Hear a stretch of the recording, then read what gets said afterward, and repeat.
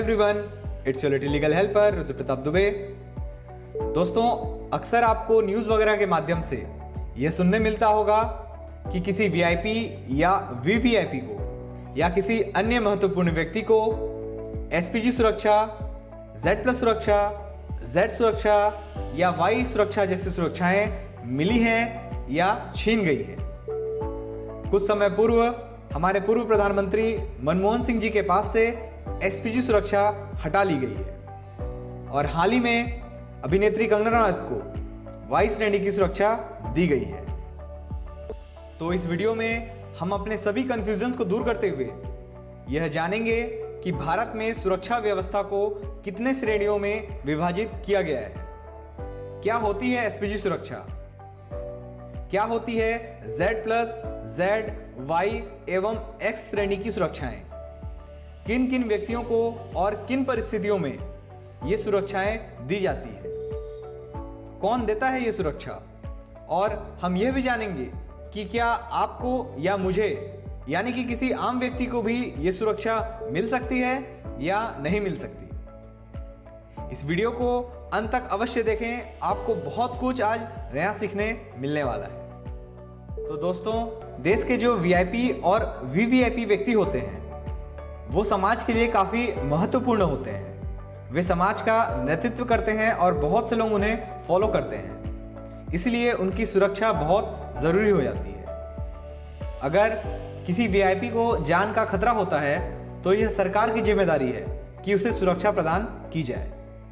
जिस व्यक्ति को जान का खतरा होता है वह अपने घर के नज़दीकी पुलिस थाने में या फिर सीधे सरकार को पत्र लिखकर इसकी जानकारी दे सकता है। इसके बाद इस मामले को खुफिया एजेंसियों को भेज दिया जाता है ताकि वह पता करें कि संबंधित व्यक्ति पर कितना बड़ा खतरा मंडरा रहा है। जब खतरा सुनिश्चित हो जाता है तब गृह सचिव यानी कि होम सेक्रेटरी, महानिदेशक यानी कि डायरेक्टर जनरल और राज्य के मुख्य सचिव यानी कि जो स्टेट के चीफ सेक्रेटरी होते हैं, उनकी एक समिति यह तय करती है कि उस व्यक्ति को किस स्तर की सुरक्षा प्रदान की जाए। इसके बाद होम मिनिस्ट्री यानी कि गृह मंत्रालय को औपचारिक स्वीकृति के लिए सारी जानकारी भेज दी जाती है।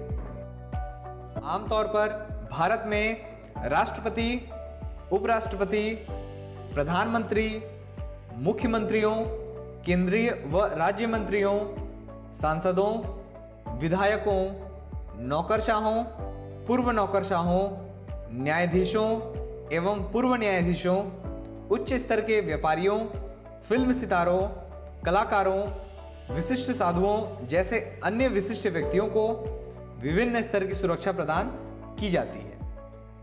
फिलहाल देश में प्रमुख रूप से 4 प्रकार की सुरक्षाएं मुहैया कराई जाती हैं, जिनमें Z+, Z, Y और X श्रेणी की सुरक्षाएं आती है। दोस्तों, आपकी जानकारी के लिए मैं यह बता दूं कि देश में सबसे हाई सिक्योरिटी कवर के रूप में जिस सुरक्षा को जाना जाता है वो है एसपीजी यानी कि स्पेशल प्रोटेक्शन ग्रुप, जिसे हम हिंदी में विशेष सुरक्षा दल के नाम से जानते हैं। ये एक प्रकार की विशेष सुरक्षा होती है और जो भारत की 4 सुरक्षा स्तरें हैं Z+, Z, Y और X, इनमें शामिल नहीं होती है। ये उनसे ऊपर की सुरक्षा होती है। इसे पहले प्रधानमंत्री और उनके परिवार तथा पूर्व प्रधानमंत्रियों एवं उनके परिवार के सदस्यों को दिया जाता था। कुछ समय पूर्व तक यह सुरक्षा नरेंद्र मोदी जी, राहुल गांधी जी, उनकी माता सोनिया गांधी एवं प्रियंका गांधी को यह सुरक्षा प्राप्त थी। वर्तमान में मोदी सरकार ने इसमें बड़ा बदलाव किया है और अब एसपीजी सुरक्षा केवल भारत के प्रधानमंत्री को ही दी जाएगी, यानी कि अभी वर्तमान में सिर्फ नरेंद्र मोदी जी के पास ही एसपीजी सुरक्षा है। चलिए अब जानते हैं एसपीजी सुरक्षा के बारे में। तो एसपीजी देश की सबसे ऊंचे स्तर की सुरक्षा है और जैसा कि मैंने आपको अभी बताया, वर्तमान में केवल भारत के प्रधानमंत्री के पास है। एसपीजी का गठन 2 जून 1988 में भारत की संसद के एक अधिनियम के द्वारा किया गया था। इसका हेडक्वार्टर यानी कि मुख्यालय है न्यू दिल्ली में।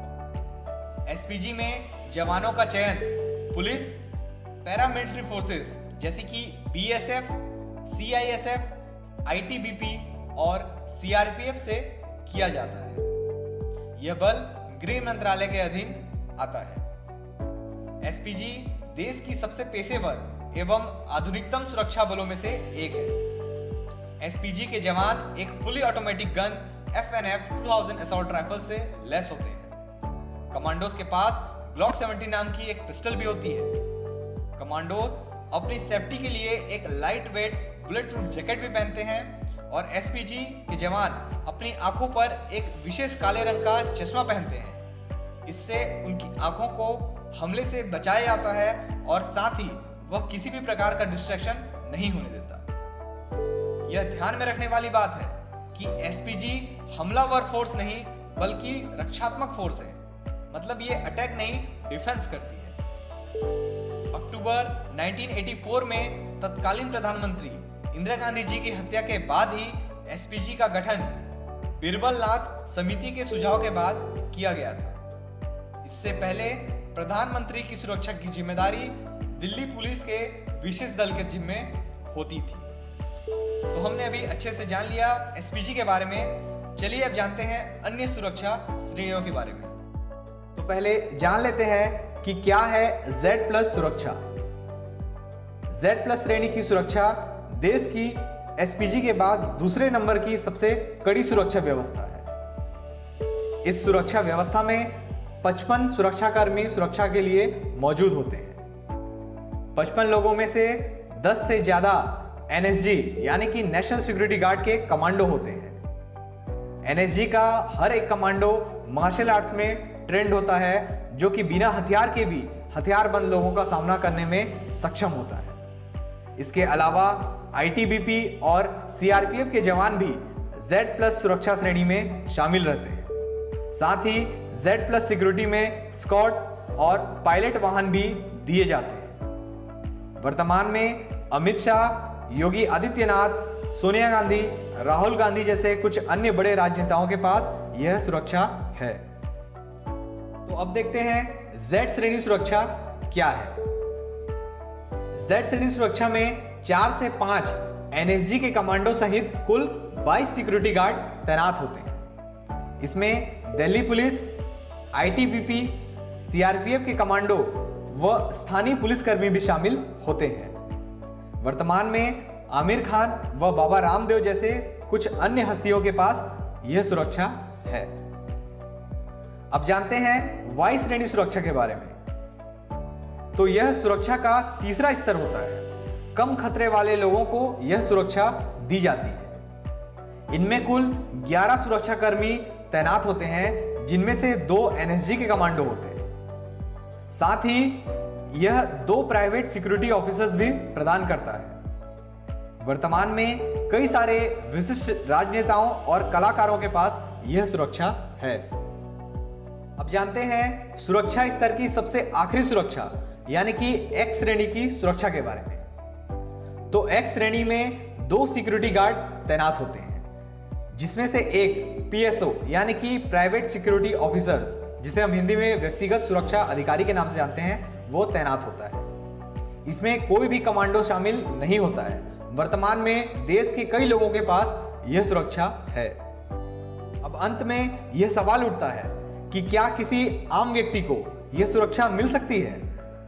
तो इसका जवाब है हाँ, मिल सकती है, लेकिन आम नागरिक को उसकी सुरक्षा को देखते हुए केवल X श्रेणी या विशेष परिस्थितियों में Y श्रेणी की ही सुरक्षा मिल सकती है। हाँ दोस्तों, यह भी ध्यान रखने वाली बात है कि अगर सुरक्षा बिना मांगे सरकार खुद देती है तो उसका खर्चा सरकार उठाती है, और यदि प्रार्थना पत्र द्वारा पर्सनली सुरक्षा की मांग की जाए तो इसका खर्च खुद को भी उठाना पड़ सकता है। सो आई होप गाइस आपको ये वीडियो पसंद आया होगा और जो जानकारी मैंने इस वीडियो के माध्यम से आपको दी है वो आपके समझ में आई होगी।